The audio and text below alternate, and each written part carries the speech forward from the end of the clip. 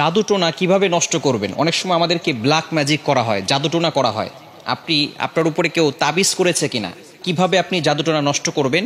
কারো কাছে যেতে হবে না, আপনি ঘরে বসেই নিজে নিজে এই জাদুটে নষ্ট করতে পারবেন। বিশেষ করে আমাদেরকে সতর্ক থাকতে হবে। অনেক সময় আমরা বিভিন্ন মানুষের কাছে যাই এবং আমরা সেখানে গিয়ে বলি, আমাকে একটু হাজিরা করে দেখেন যে আমার ভিতরে কোনো জিন আছে কিনা।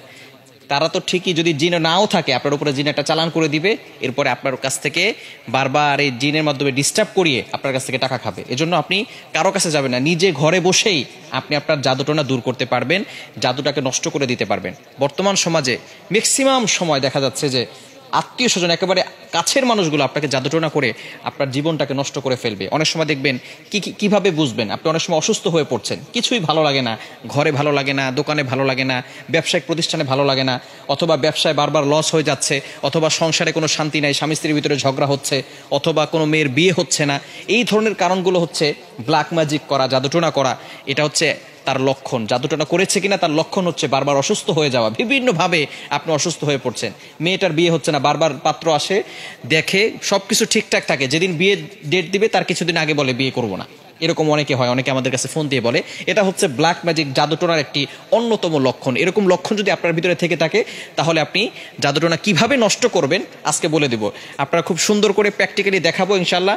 আপনি দেখে এটা যদি প্র্যাকটিস করেন, ইনশাল্লাহ জাদুটোনা যদি থেকে থাকে তাহলে আপনি নিজেই এটা করলে আপনার জাদুটোনা কেটে যাবে। ব্ল্যাক ম্যাজিক করে আপনাকে কেউ ক্ষতি করতে পারবে না, এবং এরপর থেকে আপনাকে কিছু আমল করতে হবে।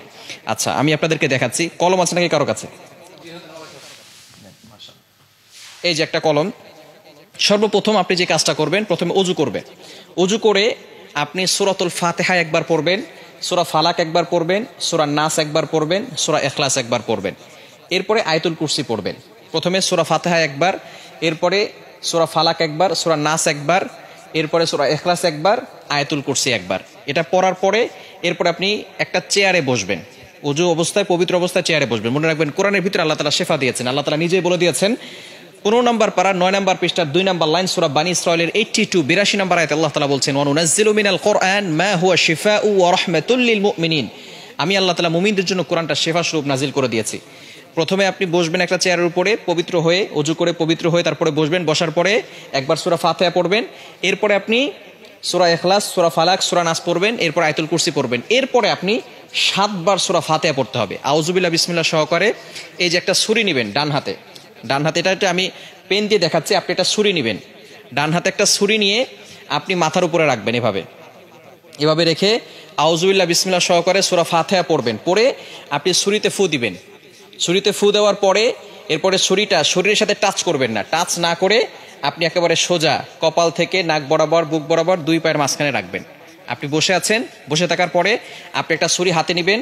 প্রথমে পবিত্র হলেন, সূরা ফাতিহা পড়লেন, ইখলাস পড়লেন, ফালাক পড়লেন, নাস পড়লেন, আয়াতুল কুরসি পড়লেন। এরপরে ছুরিটাকে আউযুবিল্লাহ বিসমিল্লাহ সহকারে সূরা ফাতিহা পড়ে ছুরিতে ফু দিবেন।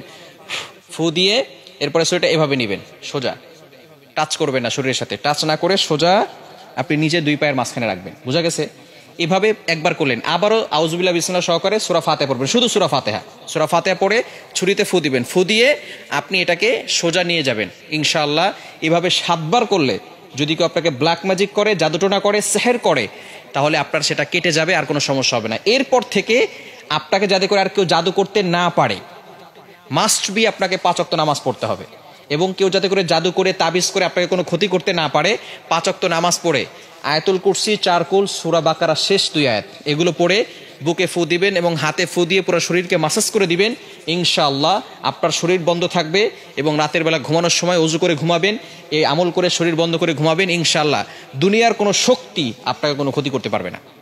আল্লাহ তাআলা আপনাকে প্রটেক্ট করবেন, আল্লাহ তাআলা আপনাকে হেফাজত করবেন। দুনিয়ার দুষ্ট জিন বলেন, মানুষ শয়তান বলেন, জিন শয়তান বলেন, সকল ধরনের দুষ্টমি থেকে এবং দুষ্ট জিন থেকে আল্লাহ তাআলা আপনাকে হেফাজত করবেন। আল্লাহ তাআলা আমাদের সকলকে এটা সুন্দরভাবে বুঝে আমল করার তৌফিক দান করেন।